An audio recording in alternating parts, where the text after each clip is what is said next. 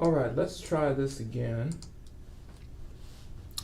Welcome to hour 2. I know that I said that I was going to look different in my last video, that I was actually going to be wearing different clothes, but what happened was I had recorded yesterday hour 2, and I was going to upload it and have it all ready to go, and then I just discovered that the sound was off. I think I forgot to unmute it on my Stream Deck, unfortunately. So the sound didn't come in, which is a shame because it was pretty good.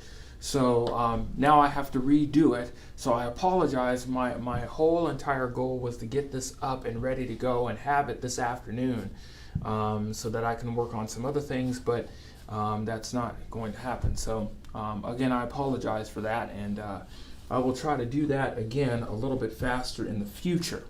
Or a little bit more faster in the future, do a technology check, so I make sure everything is good.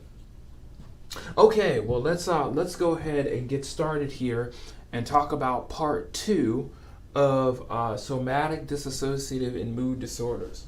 So last hour I had talked about how these particular disorders, unlike the anxiety disorders, when it comes to the origin of why these things happen, it's not as clear cut, right? There are some of them that are related to perception. There are some of them that aren't. There are some of them that are related to biology.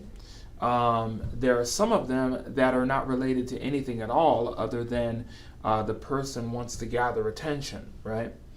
And so these are particularly difficult because we're not just only looking at the symptoms themselves, but the context surrounding them. I mean, we're doing that with all the disorders anyway, but it's a little bit more different. It's not as clear cut as we'd like to take it. The same thing goes with dissociative identity disorder, right? That we find that in that particular disorder, there is a fragmentation, right? It's more of it's kind of more of a trauma transfer, where a person is built up in the mind by a way of the imagination, and the trauma is placed on that particular person at that particular time, right?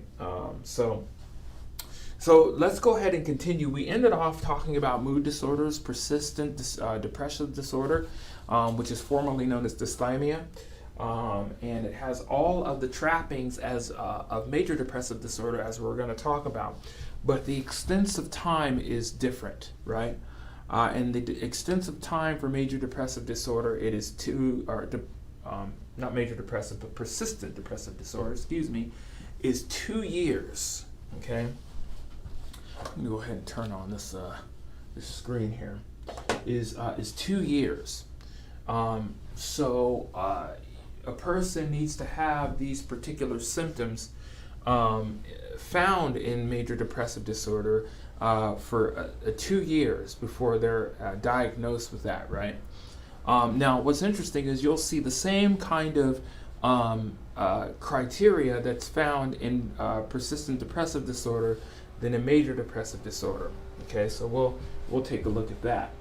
So let's go ahead and switch gears here and talk a little bit about the 4 particular disorders that we're going to be discussing for our examination.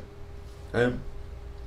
Let's take a look at the first one. The first one is again, major depressive disorder. We will take a look at that, the criteria, and the distinctives and the differences between these particular disorders and how we can distinguish them and tell them apart.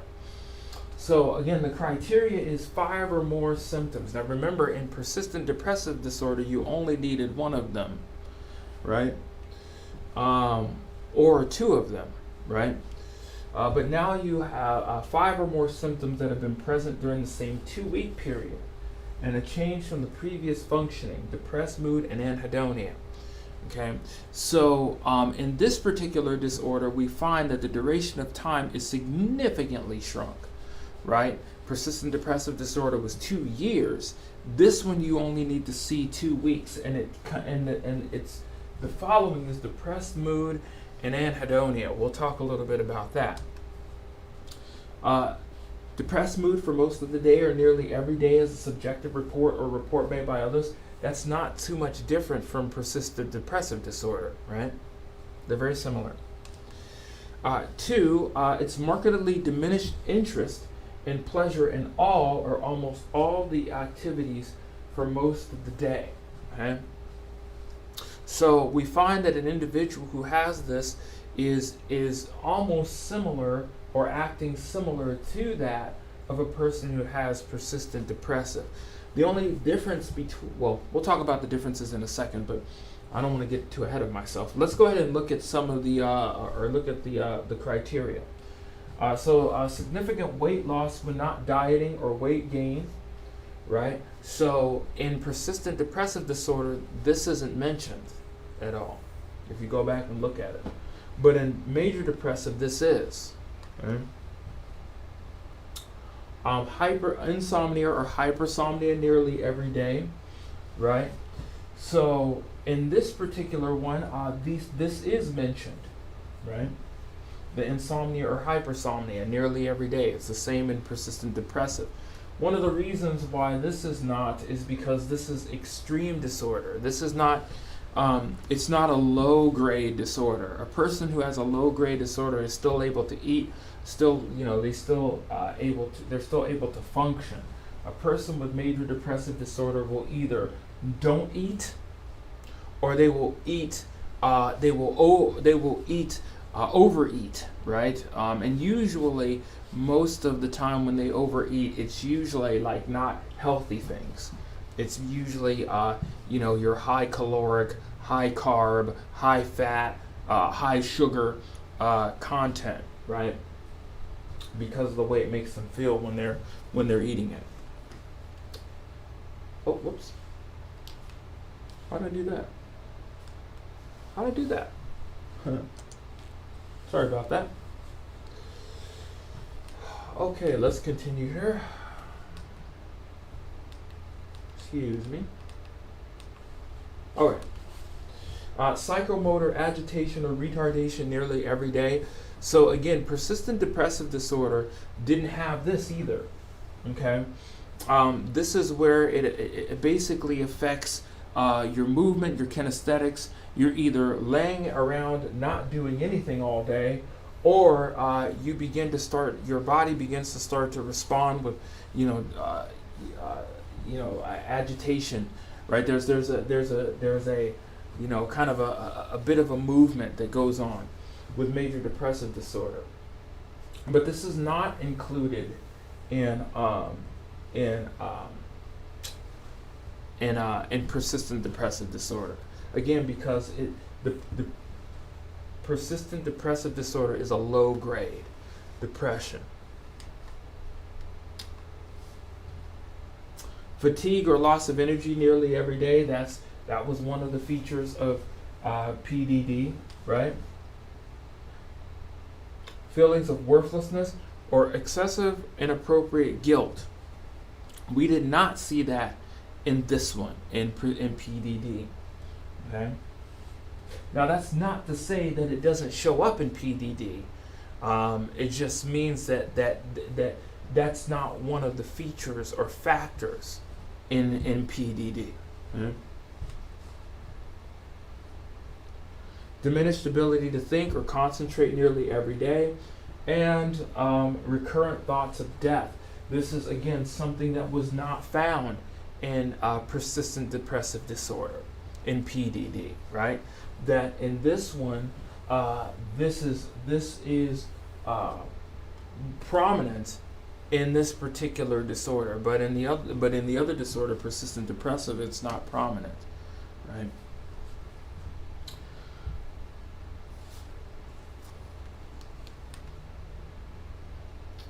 And of course, the symptoms cause clinically significant distress or impairment in social, occupational, or important areas of functioning, right? So here's the difference.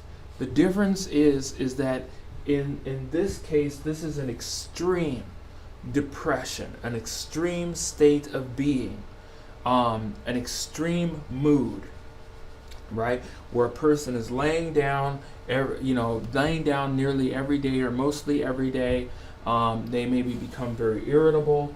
They have feelings of worthlessness, or they express that, right? Or they're putting themselves in a guilt situation that doesn't need to be, right? It's inappropriate. It's misplaced. They have a diminished ability to think or concentrate.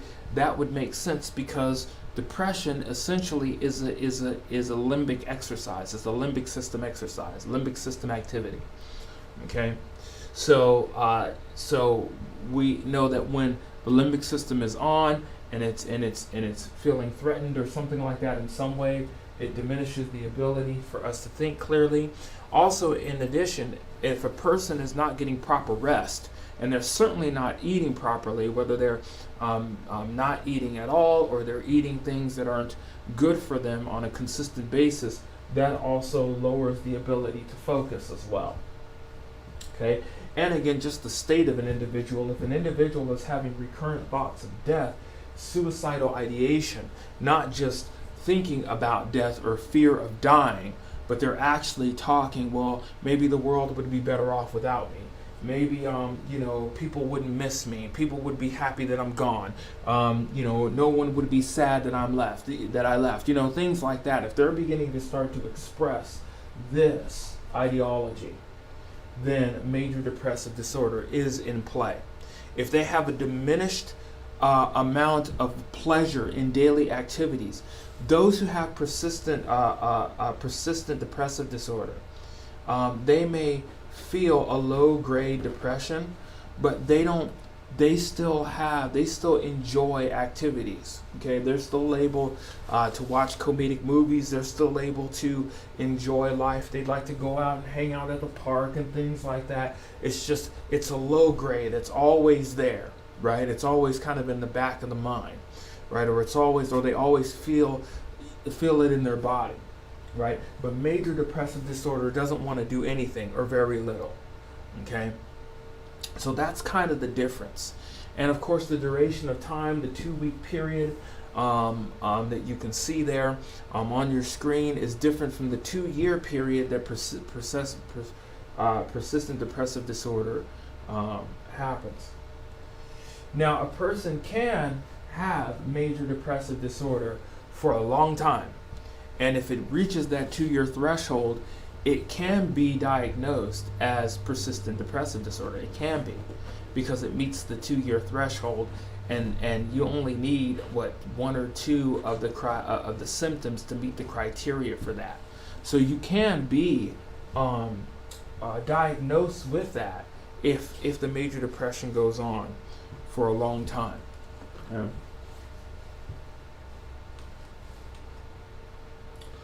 And again, the behavior is not explained by another medical disorder, such as schizoaffective, schizophreniform delusion.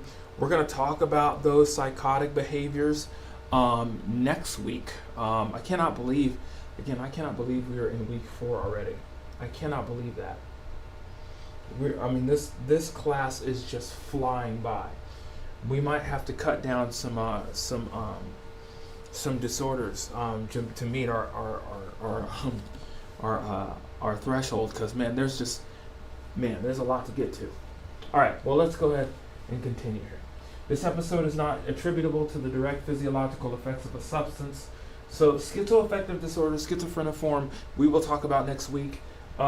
This episode is not attributed to any effect of any controlled substance.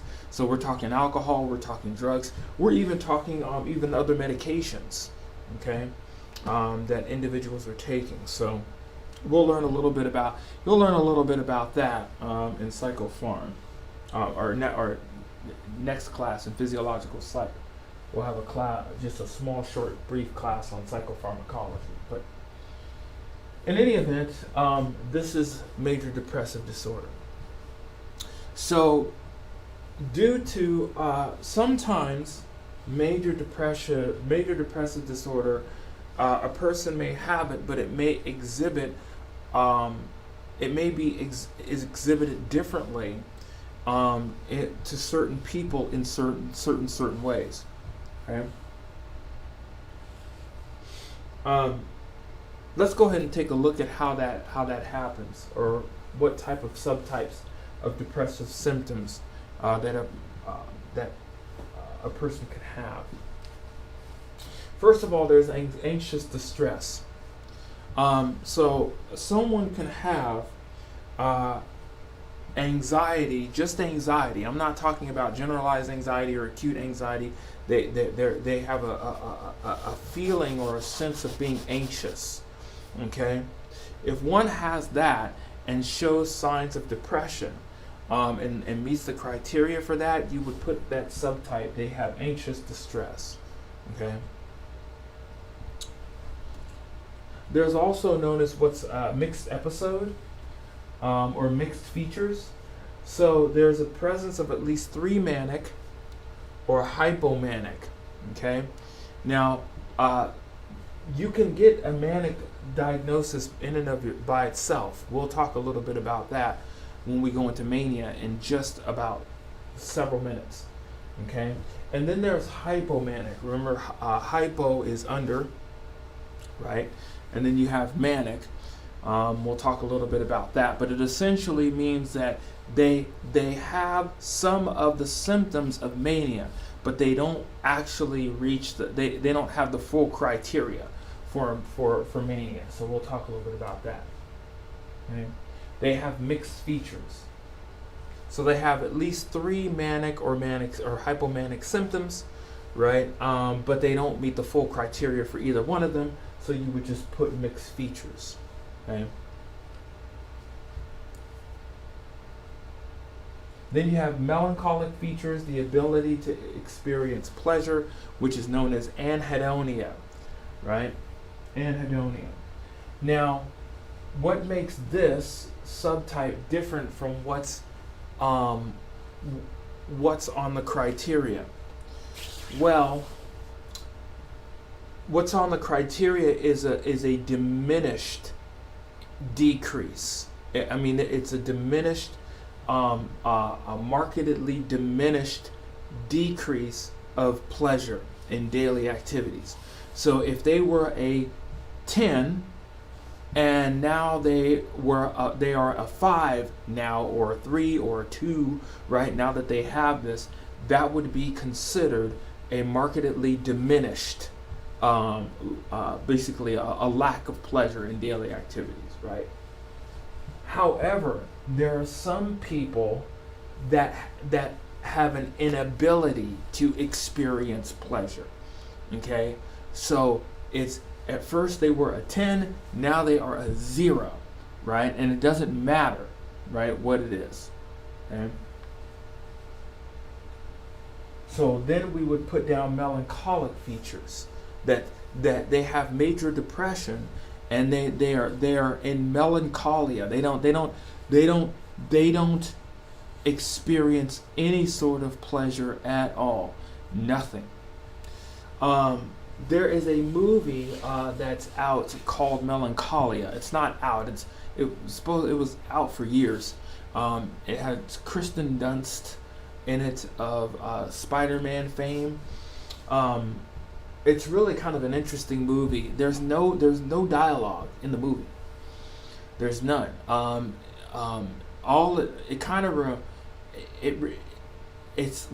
think it's like an hour and a half long or something like that. Well, anyway, the director of the movie had basically tried to put major depressive disorder on film. Like, what would it look like if a person had major depressive disorder, and they, how would a person film this? What would it look like, right?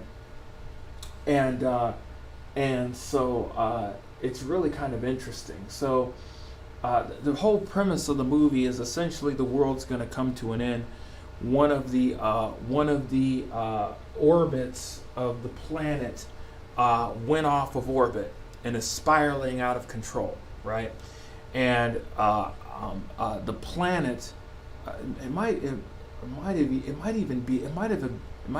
have been the moon, if I'm not mistaken. Maybe it was the moon. I think it was. I haven't seen this movie in a long time. Well, anyway, the moon goes off orbit, and it gets closer to the Earth, and it's going to collide with the planet, right? And essentially destroy everything. Everything's going to be over, right? And so there is two couples, I think, one married couple, and then there's another married couple, and Kristen Dunst and her husband, or something like that. I think she has a husband in it. Like I said, it's been a while since I've seen it.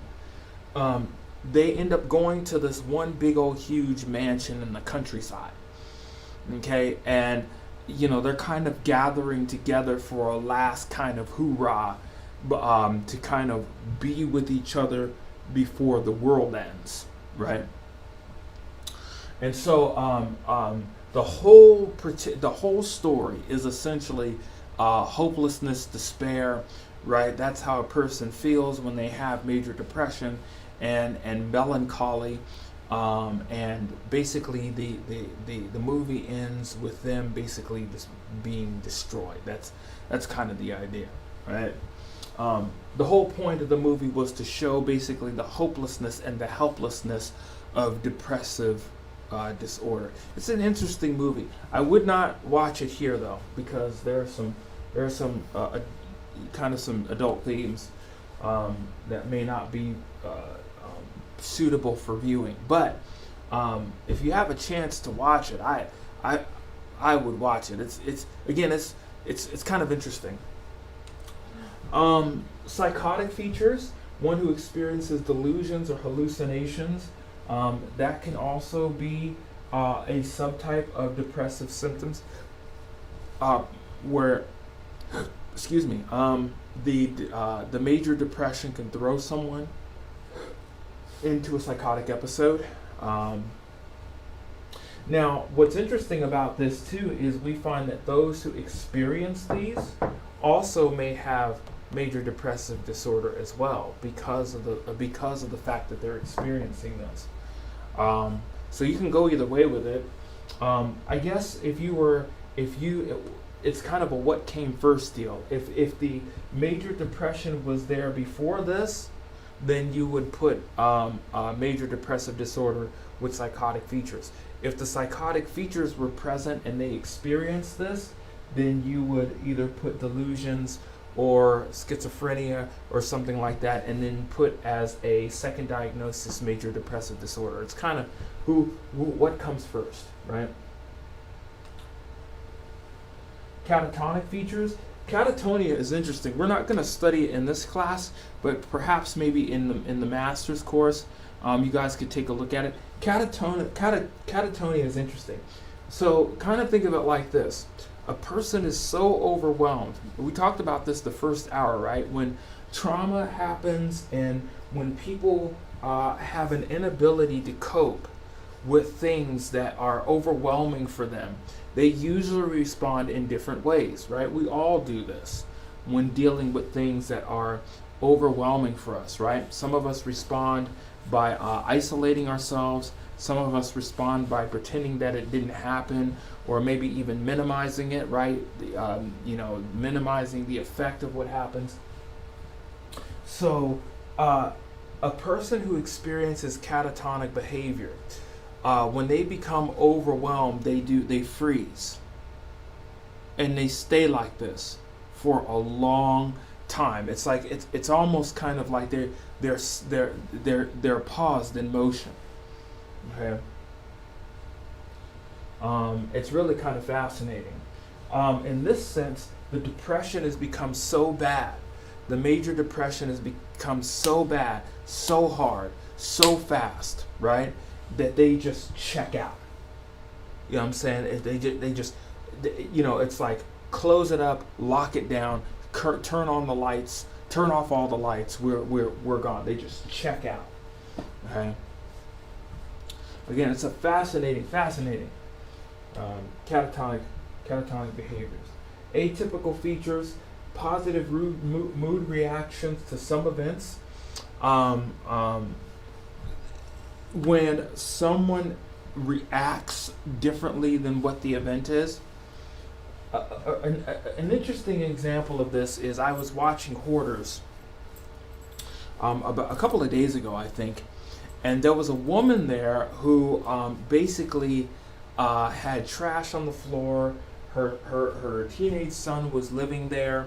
She basically took over his room with stuff, like he would be gone for hours at a time, and she would stack up his room with boxes. When he tried to remove them out of the house, she basically threatened to call the cops on him. I mean, it's really kind of interesting. Well, one of the cool things is about the show. I'm sure that you've probably seen it. Is they interview the person within the house, within the environment, right? So they got the film crew there, and she's walking around the house and stuff like that, and she is just, you would think that she was at Disneyland, like she is smiling and laughing and this, that, and the other, right? Well, anyway, she gets to her son's room, and her son is there. He's playing video games. That's the way that he checks out, and she is, he's telling her, he's basically sharing with her, look at all this stuff in the room. Like, I can't do anything with this. This stuff is here, right? She's literally invaded his space. She's taken over his space, right? And her reaction, instead of her going, oh my goodness, I'm doing this. This is not okay. She's like smiling and kind of laughing and going, yeah, this is it's an adventure. Yeah, I'm saying it's not appropriate. The mood doesn't match the situation, right? That's what we mean by atypical. A meaning not, typical meaning it's something that happens regularly. This is not typical behavior. These are not typical moods that you would see. So a person who has major depressive disorder may laugh uncontrollably in a situation where that's not usually how you should act, right? It's atypical. Again, significant weight gain or loss. How is that different from what's on the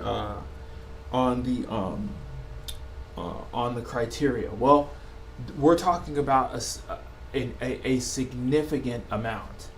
So it's not just gaining 10 pounds or 20 pounds. We're talking about gaining 70, 80 pounds, or losing that much, right? That's what we're talking about. It's atypical. It's not normative. You know what I'm saying? It's odd. It doesn't belong. Doesn't fit. And then peripartum onset. Now, we also have postpartum depression, which doesn't show up here, although it is a diagnosis. Okay? There are women that after they have a baby, because of the regulation of hormones and things like that's causing their body to go back into equilibrium, it'll throw them into a depressive state, right? Also, in addition to, because of the expectation of being a new mom, the overwhelming sense of having another person to care for, a little one, because of what the body does and how it's regulating everything, and stuff like that, it just throws them into a depressive state. That's postpartum depression, okay? And it happens pretty often. Sometimes it's a very mild form. Other times it could be extremely severe, even to the point where suicidal ideation is in play, okay? That women begin to start having thoughts of suicide. Because of the overwhelming sense of the body trying to regulate itself, and plus the external pressures that are going on around them. It could be very overwhelming. But there's also a peripartum onset too, that which is why it's not here. By the way, there's not a postpartum onset here, because postpartum depression is its own diagnosis. But peripartum, that is being depressed when you're pregnant or during your pregnancy, or in the 4 weeks following delivery, is also in play, right? That there are women that can also experience peripartum depression because again, the hormones and the adjusting and things like that, combined with the expectation and stuff like that, it can throw someone into depressive state as well. One of the things that helps with this usually is exercise and a good multivitamin. Usually when a woman is pregnant, what they'll do is they'll give you these horse pills, and they are just chocked full of vitamins and minerals and things like that, and they give you like a huge amounts of milligrams of these things, right? Because you're not just you're not just doing it for just you. You're doing it for the baby as well, and replenishing those minerals and those vitamins and things that the baby is using to grow and develop and stuff like that. So that's important. Okay. Again, remember the duration of time, 2 weeks versus 2 years, right? And there's some trends here that are a little bit different. First of all, major depressive disorder doesn't have these subtypes. I'm sorry, the persistent depressive disorder doesn't have these subtypes. Major depressive disorder does. Okay. All right, let's continue here with mania and manic disorder. Now this is its own diagnosis here. Okay. Mania is kind of interesting. It's an interesting disorder. Before we talk about mania, let me go back to major depressive disorder for just a second. Major depressive disorder can be a both and in terms of where we put it on the coin. Okay, it can be the result of biological things that happen, right? Let's say someone has a debilitating disability or something like that. It can throw someone into a major depressive state, right? Not because of anything that they're doing, but because of the situation that they find themselves in, right? That can certainly do that. Also, too, someone who is having difficulty in their body and things like that. They may have certain types of diseases or certain types of deficiencies in their body that will cause them to go up and down in terms of being depressed, right? That also goes for persistent depressive disorder as well.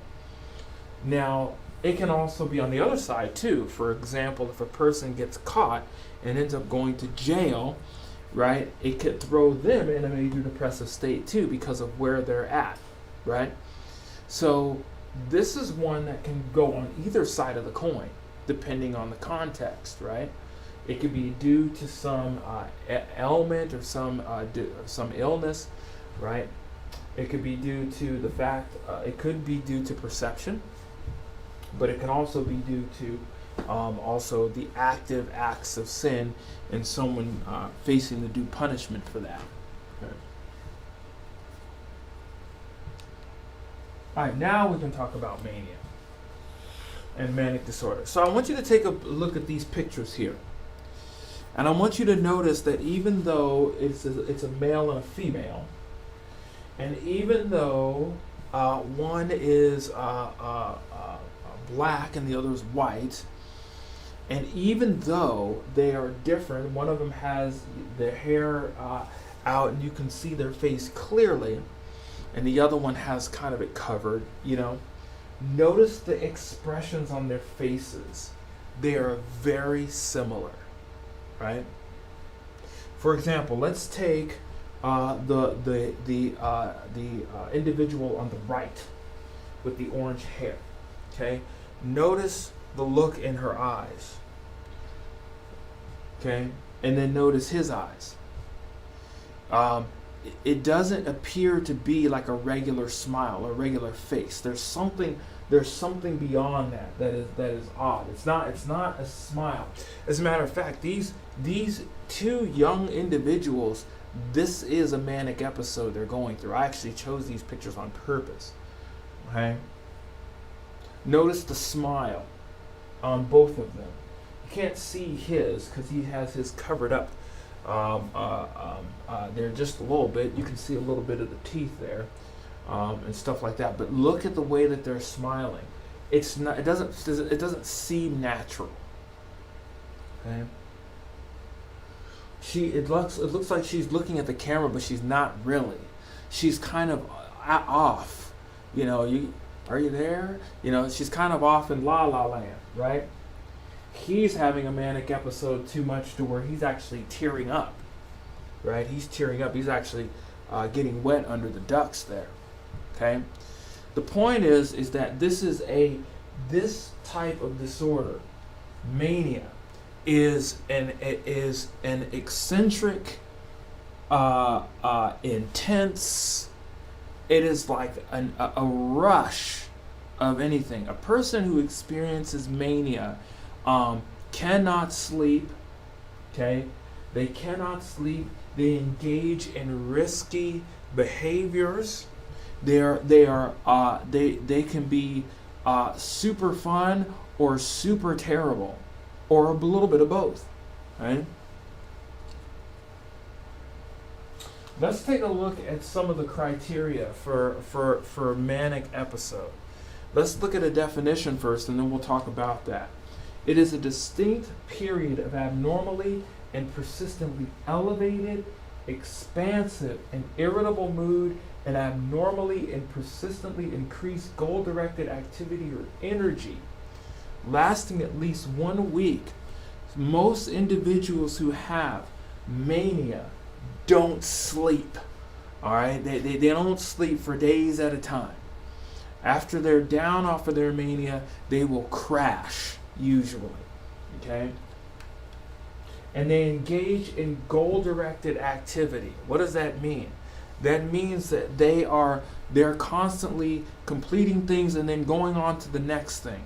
Okay, we'll take a look at them and hopefully you'll be able to see that.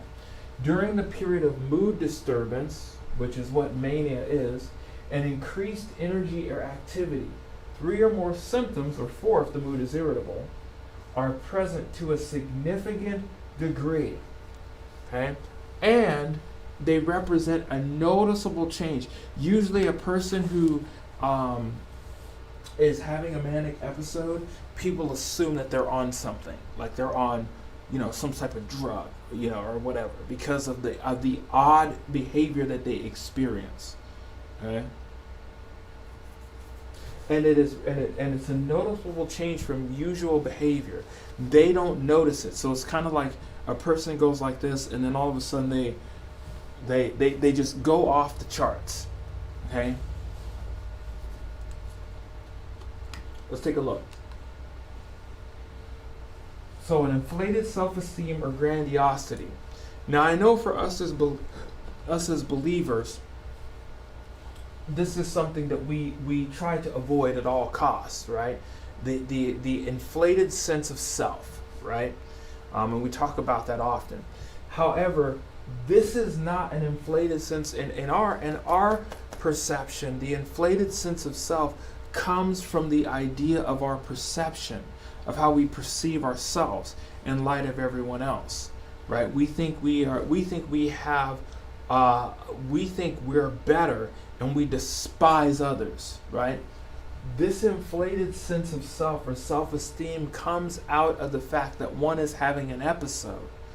Okay, it's not that they have a bad worldview. It's that they believe that they can do anything, and it comes from the mania that they're experiencing. More often than not, this is probably there's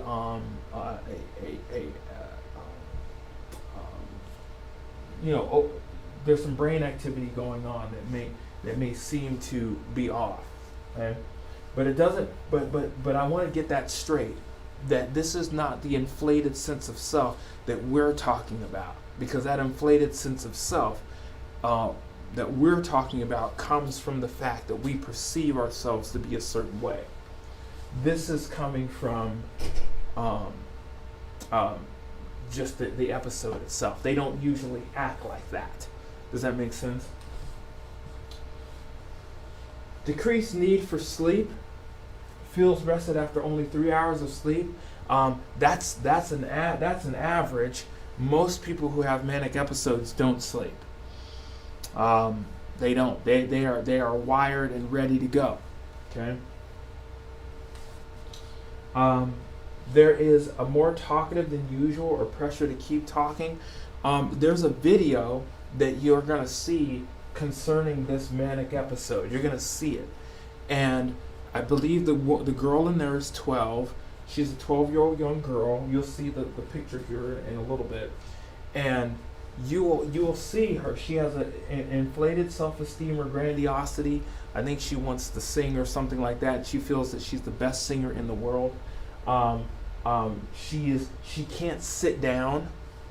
You know, she tries to sit down and then she gets up and then she says she just has so much energy. She's like, I just have to spin it. I have to keep moving because I have so much energy. Right? I mean, she's like that.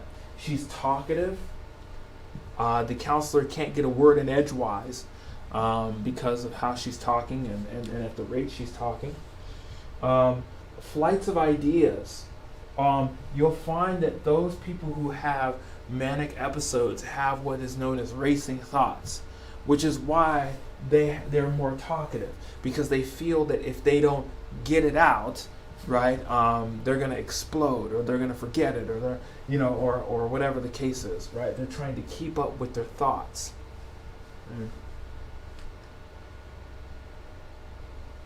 And then distractibility.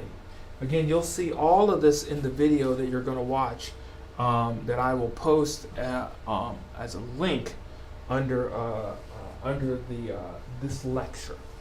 Okay, it's really kind of interesting. They're distracted. They're distracted by things. They focus on one thing for a second and then turn around and then focus on something else. Okay.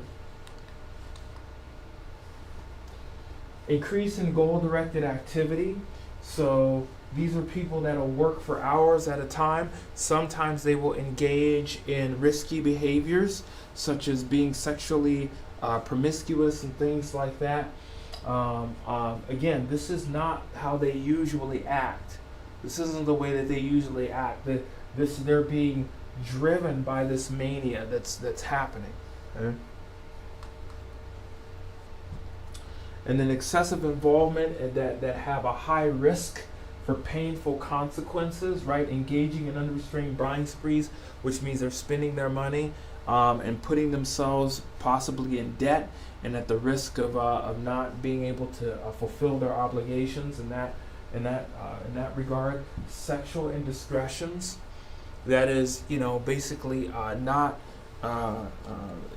being involved in sexual activity that could be problematic, right? Getting involved in relationships that could be problematic for them because of the lack of discretion that they have, or foolish business investments, right? They may buy stock in something, or they may get into a bad business deal, right? Because they are, again, they are being overrun by their mania. Okay? The mood disturbance is sufficiently severe to cause marked impair in social and occupational functioning, or to necessitate hospitalization to prevent harm to self or others. Okay, so basically, it's either marked by significant distress or it's marked by hospitalization, right? And this episode is not attributable to the direct physiological effects of a substance or to another medical condition, right? So if a person is, taking ecstasy, for example, or LSD, and they act like this, they wouldn't get a diagnosis for mania. Okay, they'd get a diagnosis for that. Now, when it comes to mania and hypomania, okay, and there are some they're pretty much, and cyclothymia, okay, mania, hypomania, and cyclothymia share just about the same criteria, just about. Okay, there are some differences between them, right? And there are some that are combined with major depressive disorder. For example, the mixed features, right? You have, the criteria for mania or hypomania, right? That qualifies for that subtype. Okay? Let's go ahead and take a look at some of them. First, there's a hypomanic episode. It says these symptoms, that is, occur and last at least 4 consecutive days for hypomania. So, hypomania is essentially the criteria for mania. But remember the criteria for mania. You need at least, I believe, 4 or more. No, I think it's 5 or more. Let's take a look. Let me go back here. Last 1 week and present. Yeah, 3 or more. Okay. Okay. So, so you have the criteria for mania, and let's say you get, let's say you have 2 of the symptoms for mania. Let's say you have increased goal-directed activity and an inflated sense of self, right? You only have those 2, okay? Well, that would qualify, and everything else is ruled out. Okay, it's not a personality disorder or anything else like that. Everything else is ruled out. That would be considered a hypomanic episode if those symptoms last at least 4 consecutive days. Okay. Usually, if it's a manic episode, it's usually the person has increased energy and an inflated sense of self. Those are usually the main 2. But sometimes that doesn't happen. But if they have the symptoms and they last at least 4 days, 4 straight days, then that would be considered a hypomanic episode. Bipolar. So we'll take a look at the next slide. I'll just mention this briefly.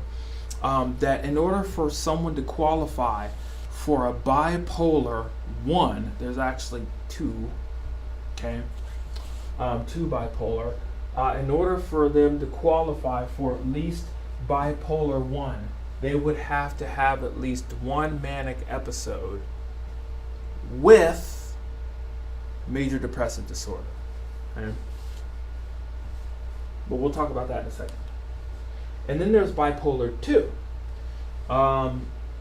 So bipolar 2 is the criteria was met for at least 1 hypomanic episode and at least 1 major depressive episode. And there has not been a manic episode.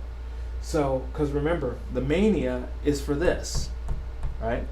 So you have to have at least 1 hypomanic and 1 major depressive to meet bipolar 2. Now, let's talk about bipolar for a second. Let's jump into the bipolar disorder. Bipolar used to be called manic depressive disorder, right? I want you to remember that because I can tell you right now that that's probably going to be a test question. Okay? Manic depressive. Okay? One of the reasons they changed the name is because not only did they have more than 1 criteria that fit this, but not everybody that has this acts in these manners. Acts in the manner for bipolar 2, for example. You'll see that what about if one doesn't meet the criteria for mania? What do you do with that? You can't diagnose them as manic depressive because they don't fit that, right? And they didn't want to call it manic depressive 1 or manic depressive 2 because, again, to meet the criteria for mania, what if they don't meet the criteria for mania? So they created it and changed it to bipolar.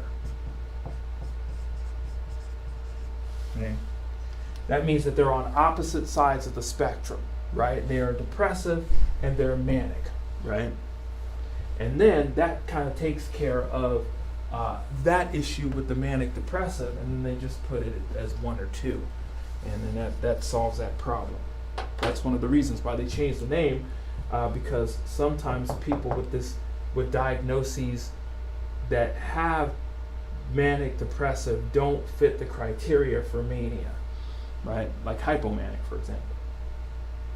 All right, so let's take a look at this here. If we wanted to know the difference between the two of them, okay, this is what we look for bipolar 1 and bipolar 2, okay? By the way, we use bipolar in our language, oh my gosh, I'm bipolar, to explain our extremes in how we feel about certain things. That's not bipolar. Bipolar actually is, there's something going on with the brain chemistry that causes individuals to work in these two spaces. Okay? This is not situational. Okay? This is total brain chemistry. It's kind of the same thing with dissociative identity. Us as biblical counselors, we make this mistake to think that this is either a sin that we're dealing with or some type of demon that's oppressing us or something like that. Nothing could be further from the truth. Bipolar disorder can be seen on CAT scans and brain scans and things like that. You can take a normal functioning brain and look at a bipolar brain and see the difference. All right. In the activity, the mindful activity. And not to mention too, we'll talk about this next week, that when you compare demon possession and some of the things with demon possession with psychotic disorders and bipolar, it doesn't look anything like that. Right? So we'll talk a little bit about that. All right, let's go ahead and break this down. How can I tell the difference between bipolar 1 and bipolar 2? Well, remember, with bipolar, you need a diagnosis of major depressive disorder. You need that. You have to have that. If you don't have that, then if you don't have that, the diagnosis is mania. Okay? So if they meet the criteria for mania, but they don't have major depressive disorder, that's the criteria. That is the diagnosis that you would give them, is the mania. So let's say here, if they have major depressive disorder with mania, it is necessary for diagnosis. You need that. However, in bipolar 2, you can have that, but it's not necessary for diagnosis. Okay? The one thing that you need to have here is the hypomania. That's the one thing that you need to have here. Okay? If it's mania, then it goes here, bipolar 1. If it's hypomania, then it goes here. Okay? So you can have major depressive disorder in both. It's not necessary for this, but it is necessary for bipolar 1. Well, what about the episodes meeting full criteria for mania? Right? Well, in bipolar 1, that's necessary for diagnosis. Okay? So if you have all of these symptoms, and you've met the symptoms, the three or more, or 4 if it's irritability, for mania, then you qualify for bipolar 1. However, if you don't meet the full criteria, then you would be put in bipolar 2. Okay? Well, what about hypomanic disorder? Well, that's easy. It can occur between episodes of severe mania or major depression, but is not necessary for diagnosis. Okay? In other words, there are individuals that have bipolar 1 that do experience mania consistently. Okay? But they don't have to, hypomania doesn't have to occur here for one to receive a diagnosis of bipolar 1, because they've already had a diagnosis of mania. Okay? Whereas bipolar 2, yes, that's necessary for it. Okay? I remember when I was in my master's program at school, and it was very difficult for me to tell these two apart, because I was like, well, what? I know about bipolar 1, I get that, right? But bipolar 2, how can I tell that apart? And then you have cyclothymia, which is different. We'll talk about that in a few minutes. And I realized that the difference between bipolar 1 and bipolar 2 was bipolar 1 was mania, bipolar 2 was hypo. That's all. Right. This will be a test question, by the way. I'm letting you know that right now. What is the difference between bipolar 1, bipolar 2? How can you tell the difference? Or what is true about bipolar 1 that isn't true with bipolar 2, right? Do you need a diagnosis for major depressive disorder with bipolar 2? You don't. Okay? It's only with bipolar 1. This will be a test question. Okay. It probably won't be on a quiz, but more on a final exam type deal. All right, let's talk about subtypes of bipolar symptoms. So, with bipolar 1 and bipolar 2, much like major depressive disorder, there are also subtypes as well. For instance, there's anxious distress, which we talked about that as well, that you can have anxiety along with bipolar 1 or 2, much like major depressive. There's also mixed features. Now, how does that work with the manic and hypomanic? Well, we're just talking about mixed features concerning, just a particular area. Rapid cycling. Rapid cycling means that there's periods it's features of major depression and then features of mania, and then features of major depression and then features of mania.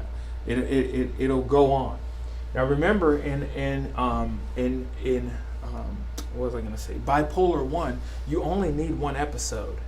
You only need one to be diagnosed with bipolar 1. You just need one episode, and that's it. Those who rapid cycle, they fluctuate between both major depressive and mania. Psychotic features. Sometimes these things throw people into delusions and hallucinations. Catatonia, very much the same thing. Seasonal pattern. Sometimes it occurs in particular seasons, right? So you want to take a look at that. Well, this seems to often occur sometime between the spring and the summer. Okay, well, that might be a diagnosis, bipolar 1 seasonal pattern, right? And then peripartum onset. I very rarely know of these subtypes. Again, these are placed here because they're sometimes the manic or the bipolar episodes don't come out the same way for some people. Sometimes they have these particular specialities. Right? This is the young girl that I was talking about. Rebecca is her name. I think, like I said, I think she's 12. Okay, and you'll get to see her, and again, notice her affect. Notice the way that she moves, that she talks, the way that she talks, and stuff like that. I think you can even see it just a little bit here. Her shoulders are hunched over like this. She's kind of sitting down. She's not relaxed. So you'll get to see that. Cyclothymic. What is cyclothymic? Cyclothymic is interesting. It is another mood disorder. It is grouped in with mania, bipolar, right, disorder, and they're kind of found in the same camp. Well, what is cyclothymic?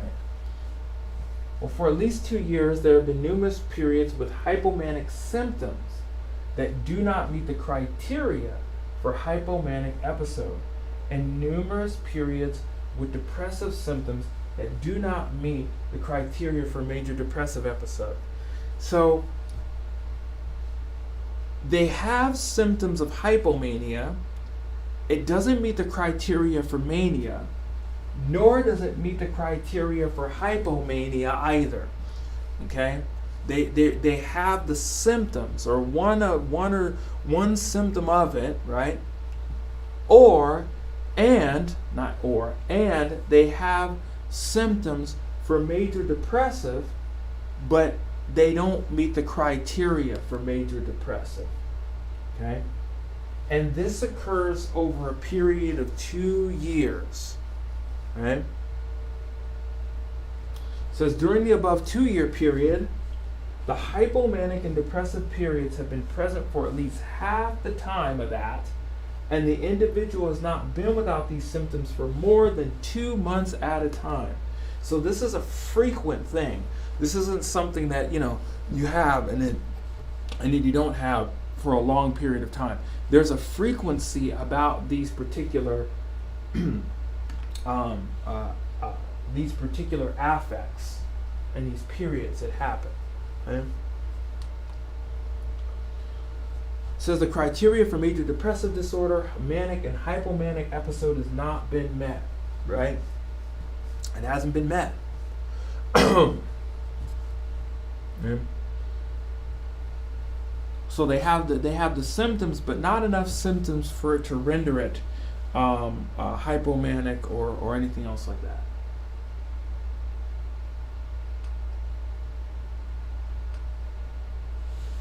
It is a mixed bag. Excuse me, I have to check something here.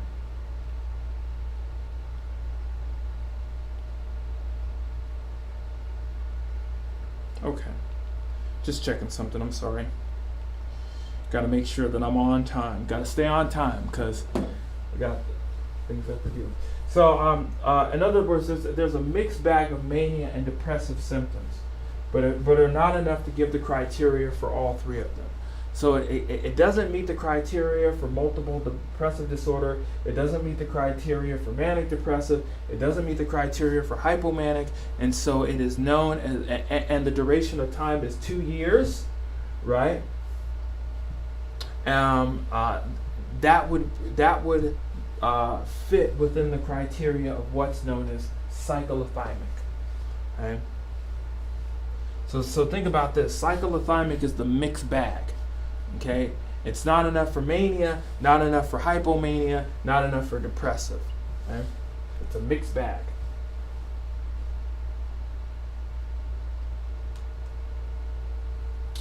Last up, so we've covered major depressive disorder at length. We've covered mania and manic disorder. Remember, you can have mania by itself.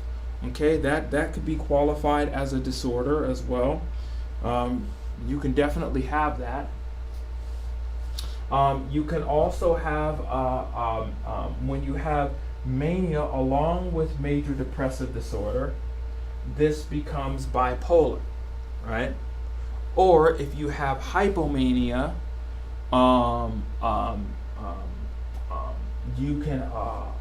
you would be considered to have bipolar 2, right? Major depressive disorder can be found in both bipolar 1 and bipolar 2, but for bipolar 1, major depressive disorder is necessary. Okay. You also have cyclothymic disorder, which again is a mixed bag of major depressive and manic and hypomanic. Okay. Let's take a look at mood dysregulation disorder. This is an interesting one because again, this has everything to do with mood and temperament. It's severe current outbursts. Now remember, in one sense, this is out of the norm for what a person does. Okay. But it's severe current temper outbursts manifested verbally and or behaviorally that are grossly out of proportion in intensity or duration to the situation, right? So let's say someone cuts you off on the highway, right? This is kind of the road rage idea, right? You get cut off on the highway. Well, of course that should upset you, right? But let's say you get cut off, you're at a stoplight, the person comes out, he takes out his tire iron and begins to start to bash the person's car, right? Because they got cut off.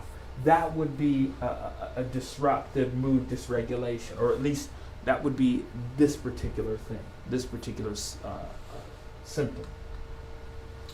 The temper outbursts are inconsistent with the developmental level. An adult spread eagle out in the cereal section. Think about that. It's like, what are you, like 5? You know what I'm saying? You know what I mean? Or a person who, I remember, I could recall a person who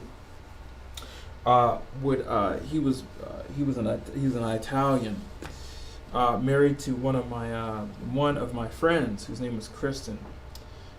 She was a cool gal, and what happened was whenever he would get upset, he would take his controller and throw it on the floor, and literally throw it like he was like 4.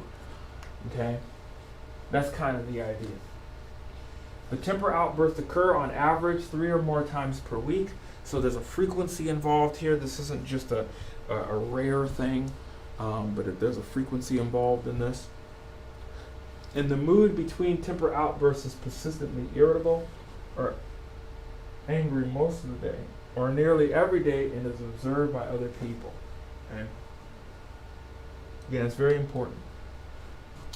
Criteria A and D have been present for at least a year. Okay?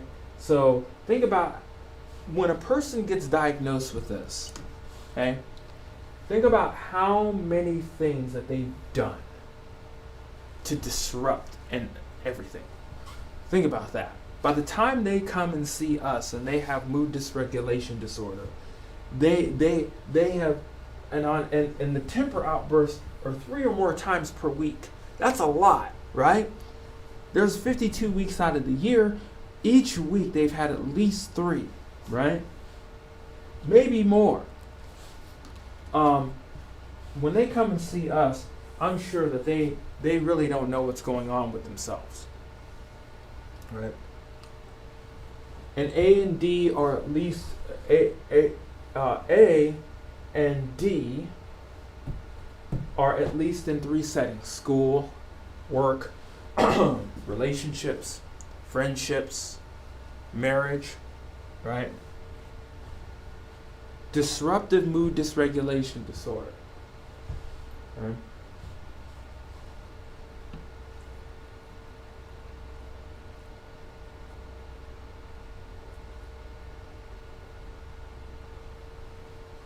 Now, this could be due to brain abnormalities. It could be. Okay? Now, if it is, that does not mean that we don't talk about the intensity of what they've done. As a matter of fact, there could be that sometimes people don't know how devastating it is. They write it off, right, until they understand the destruction that they've caused. So if I was sitting here counseling with a person who had this, I would ask them, tell me a little bit about what your behavior has caused, and why you need help, why you need treatment, right? To begin to start to process those things, because they may not have. Now, if they come in and go, hey, I know I need help. We obviously will have to process a little less. But a person who may come in and have no idea why they're there, what's going on, things like that. Oh yeah, we're gonna sit down and you're gonna sit with this for a minute, right? The diagnosis should not be made for the first time before age 6. Why? Because the developmental level before age 6, right? So you have 0 to 5. Of course, you have temper tantrums in children and things like that. Or after 18 years of age. Why? Because they're an adult, right? That's it. So we see that ages 10 to about 17 is where this usually occurs. Gee, I wonder what happens between the ages of 10 and 17. Could you think of something? By history or observation, the age of onset, when it occurs, of criteria A and E is before 10.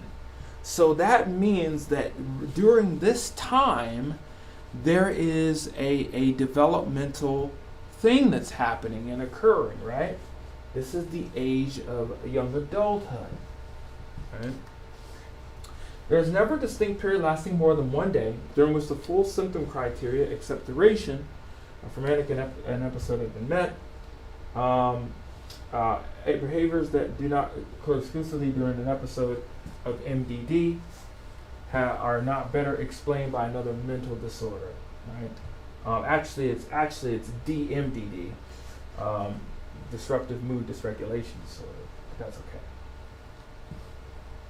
And symptoms are not attributable to a physiological effect of a substance. Right? Matter of fact, this is a staple of all disorders, right? Because we always have to consider other factors. Right? Let's talk about suicide for just a minute. I'm going to see how much time I have. 20 minutes. Okay, I got enough time. Let's talk about the criteria concerning suicide. Okay. First of all, within the last 24 months, the individual has had a suicide attempt. We can diagnose individuals with this. We can do this, and we should.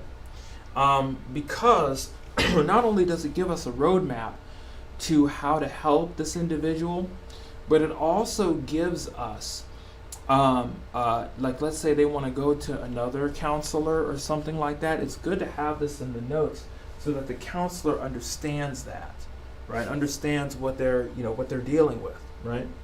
So I think it's important that even though we don't diagnose officially, I think this is good to put in your notes that, if I was a licensed professional counselor, observing some of the thoughts, patterns, and things like that, I would diagnose them with this, right? Because they had and then list out the criteria. So within the last 24 months, the individual's had a suicide attempt. All right. A suicide attempt is self-initiated. That means it's not given. No one else is forcing them to do it. They're doing it themselves. And expect that the set of actions will lead up to his or her own death. Okay. So they had the motivation. They had the plan and the means to carry out that plan. That's kind of what that is about. They had the motivation. They initiated it themselves. They had the means and the plan and the means to carry that out. They expected that their plan would be successful in carrying this out. The act does not qualify for a non-suicidal self-injury. So cutting, for example, cutting is described as non-suicidal. Okay. Things like that, burning themselves, doing like that, those types of things. Okay. The diagnosis is not applied to suicidal ideation or preparatory acts. So, in other words, a person who has suicidal ideation has not had a suicide attempt. Even those who prepare for it haven't reached that threshold. It's only those who have had a suicidal attempt within the last 24 months. Okay. Now that doesn't mean that you don't take it any less serious, right? Obviously, you want to get the proper authorities involved and things like that. But you would not put that down as a suicide. You wouldn't put down this diagnosis if these two were at play. Okay. The act is not initiated during a state of delirium or confusion, so they know exactly what they're doing. They know exactly why they're doing it, right? That affirms this note up here. It's self-initiated and it's expected, right? They are cognizant and aware of what they're trying to do. And then the act was not undertaken solely for political or religious objective, right? Obviously. So let's talk about some things to think about here. Let's turn our attention to suicide for just a minute. I want to take a look at, you can turn to Exodus chapter 19. I want to share something with you that I think is very important for us to understand. We always talk about how our theology and our perspective affects the way that we do counseling, and it does. right? If we believe that God's word says something about God, or says something about us in light of God's word, we are going to respond in kind. Well, I want to talk about suicide. Us in the body of Christ, I think that we have an unbiblical view of how we are to approach the issue of suicide. And because of that, I think that we've caused more trouble than we should. Not to say it about the sense of urgency, but the perspective by how which we go about counseling individuals with suicide, especially those within the body of Christ. What happens when a person who's a Christian kills themselves? Right? Are they still saved? Are they not saved? Things like that, right? Let me talk about this. Suicide is very painful. It's a very painful reality. We should not overlook that. When a person comes into our office, as a matter of fact, I have a friend of mine who is a director of a counseling center in San Diego. He's a wonderful, wonderful guy. His name's Mark. And he is a licensed marriage and family therapist. And he was working with an individual there at the center who was dealing with suicide and problems related to suicide. And one day he came to counseling, was doing very good, fantastic. We always know that story, right? He ended up leaving the office, and we find out and several hours later that he ends up taking his life. And so, the family, he was working with the family at the time. Of course, they had to process that trauma, that loss, that pain, that sorrow, right? There's just so much there. Well, anyway, it was very painful and difficult for him to, very difficult to process suicide. But it is not an active sin. It's not. Okay? We have to understand that. Let's take a look at some text. So we have Galatians 9, okay? It says, "Now the deeds of the flesh are evident, which are immorality, impurity, sensuality, idolatry, sorcery, enmity, strife, jealousy, outbursts of anger, disputes, dissensions, factions, envious, drunkenness, carousing, and things like these, of which I forewarn you, just as I forewarned you, that those who practice, or those who identify, really, such things will not inherit the kingdom of God." Right? Those who reject Christ and identify with this stuff, they will not inherit the promises that God has given freely to those who believe, right? How about 1 Corinthians chapter 6, verses 9 through 11? It says, "Or do you not know that the unrighteous will not inherit the kingdom of God? Do not be deceived, neither fornicators, nor idolaters, nor adulterers, nor effeminate, nor homosexuals, nor covetous, nor drunkards, nor revilers, nor swindlers will inherit the kingdom of God. Such were some of you, but you were washed, you were sanctified, you were justified in the name of the Lord Jesus Christ and in the Spirit of our God." So this list, both of them, well, the deeds of the flesh, right, or the works of those from our old nature are obvious, right?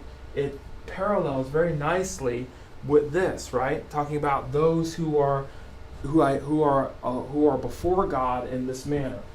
Okay, those who don't believe, they are seen before God as this.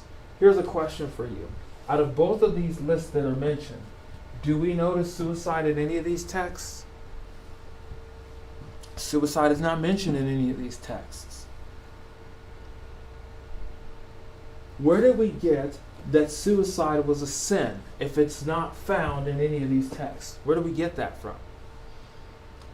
Well, you'll be surprised that most individuals go to the law, the 10 Commandments, okay, to make the case that suicide is an egregious act against God and an affront against God. Let's take a look at it. You'll be surprised where I got this from. It says this: "Everyone is responsible for his life before God, who has given it to him. It is God who remains the sovereign master of life. We are obliged to accept life gratefully and preserve it for his honor and for the salvation of our souls." What? What? We accept life gratefully and preserve it for his honor and for the salvation of our souls? We are stewards, not owners of the life God has entrusted to us. It is not ours to dispose of. Suicide contradicts the natural inclination of the human being to preserve and perpetuate his life. It is gravely contrary to the just love of self. It likewise offends love of neighbor because it unjustly breaks the ties of solidarity with family, nation, and other human societies to which we continue to have obligations. Suicide is contrary to the love for the living God. If suicide is committed with the intention of setting an example, especially to the young, it also takes the gravity of a scandal. Voluntary cooperation in suicide is contrary to the moral law. In other words, euthanasia. Grave psychological disturbances, anguish, or grave fear of hardship, suffering, or torture can diminish the responsibility of one committing suicide. We should not despair of the eternal salvation of persons who have taken their own lives. Okay, so we shouldn't despair of that. By ways known to him alone, God could prove the opportunity for salutary repentance. So the church prays for persons who have taken their own lives. So essentially, we shouldn't fear, but maybe we should. It makes salvation a work. If we don't commit suicide, well, then we're worthy of salvation. If we do, well, we don't have to fear eternal salvation, but it does put it in question. We're going to pray for you. This is the Catechism to the Catholic Church. This is why I put this up here. Right? It's because this is the reason why we believe that suicide is a sin. Not because of the Bible, but because of this. Doctrine, bad doctrine at that. So here is, quote unquote, the moral law. This is what they refer to as the moral law. We shouldn't call it that because that's not really what it is to us. But it is the moral law. Okay? This is the law that, according to everyone else, is still in play. This is the law that was given to the nation of Israel in Exodus chapter 20, verses 1 to 17. Down below at the bottom, you see in verse 13, you shall not commit murder. It says, verse 12, honor your father and mother, that your days may be prolonged in the land that your Lord your God gives you. And then it says, you shall not murder. This is the term that is taken to underscore the fact that one cannot take their own life because they're made in God's image and they kill themselves. It is a form of self-murder, right? That's kind of how they see that. Well, let's take a look at this word murder. This word murder is ratshach. Right? Ratshach. It's used 48 times in the New American Standard. This is the word itself in red, and that's the word murder in English. That's how we use to translate the word murder here. Okay. The term is translated murder, it's translated kill or manslayer. Now, it's talking about kill in a sense that it's taking an innocent person's life without cause, without just cause, right? Cain murdered Abel, right? So on and so forth. Okay. It is used when one commits this act to another person. It is never ever used of someone committing an act of murder to themselves. Ever. This word is never used for that. Ever. Okay? It's always used to describe the action towards another person. Like I said, Cain murdered Abel. Right? When someone falls on their own sword themselves, ratshach is not used. Okay? And again, the scripture knows no such act of self-murder. That doesn't make any sense. Okay? So suicide is not an act of active sin, nor is it passive either. Okay? It just is. So you know where it's going. MDD could happen as a result of active sin of humanity and to the passive effects of the curse of fall, but the MDD in and of itself is not a sin. So major depressive, it's more concerning about the context rather than the MDD itself. SDD, somatic symptom disorder, is a perception problem, right? Remember how we talked about someone has a symptom like a cough or something like that and they think that they're going to get something as a result of it? However, SSD in and of itself is not a sin. It is the same thing with illness, anxiety disorder. It's just a perception issue. Okay, now we're going to put it at the passive sin side because of the fact that it is a perception issue, but it's nothing. It's just a perception issue. Conversion disorder appears to be the result of the passive effects of sin. Remember, conversion disorder is about those who have conditions, but they cannot be explained medically, right? Factitious disorder is associated with active sin because you're using someone else. You're lying, right? You're deceiving, right? You're doing those things, right? DID is the effect of those who have suffered from the active sin of others. Okay, I made that very clear in my first lecture. Persistent depressive disorder is due to the passive effects of the curse of the fall on humanity. Remember, PDD is there's something going on up here, right? That needs to be addressed, or maybe even in the body as well. Okay, so it's the passive effects of the curse of the fall. Mania, manic, bipolar 1, bipolar 2, cyclomania, or cyclothymia rather, may do things that are of the active acts of the sin nature, right? However, the origins is the result of the passive effects of the curse of the fall, right? In other words, people might talk and have an inflated sense of self, but that's not because they're actively doing that. It's because of the effects that are happening as occur of bipolar 1 or mania. Okay. So let's take a look here at where these disorders belong.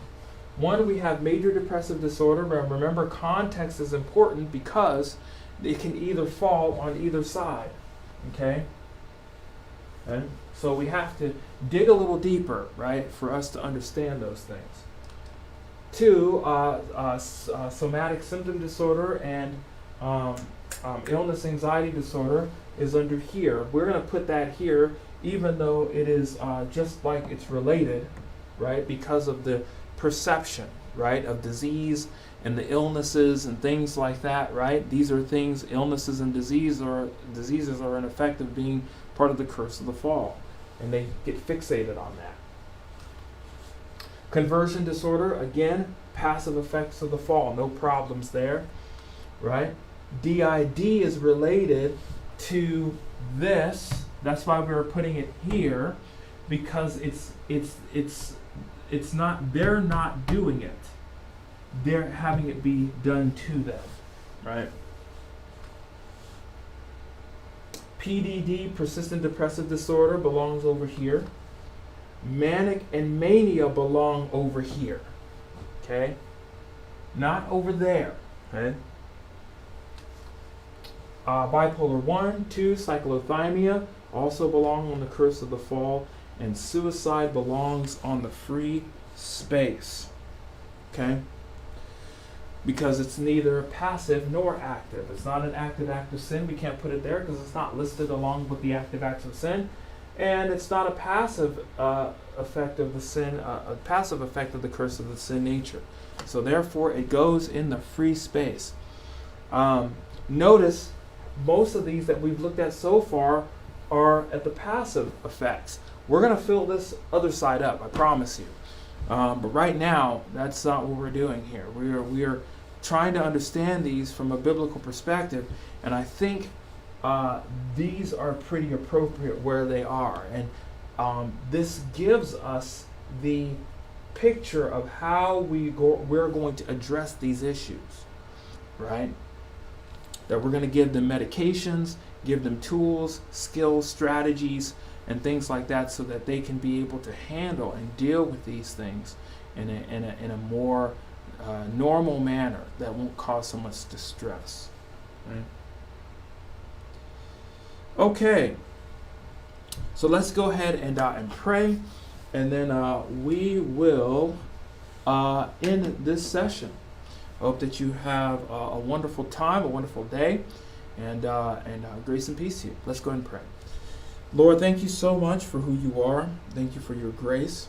Thank you, Lord, for your word that makes these things easy for us to observe and to explain well. We pray, God, that you would continue, Lord, to give us knowledge so that we may know where to place these things in light of your word and your scriptures. That we would see, Lord, that we live in a place that is that is cursed, that is wrought with problems, and that we also have a nature that seeks to want to do our own thing. And I pray, God, that we would continue, Lord, to observe your word and your truth in light of these two realities.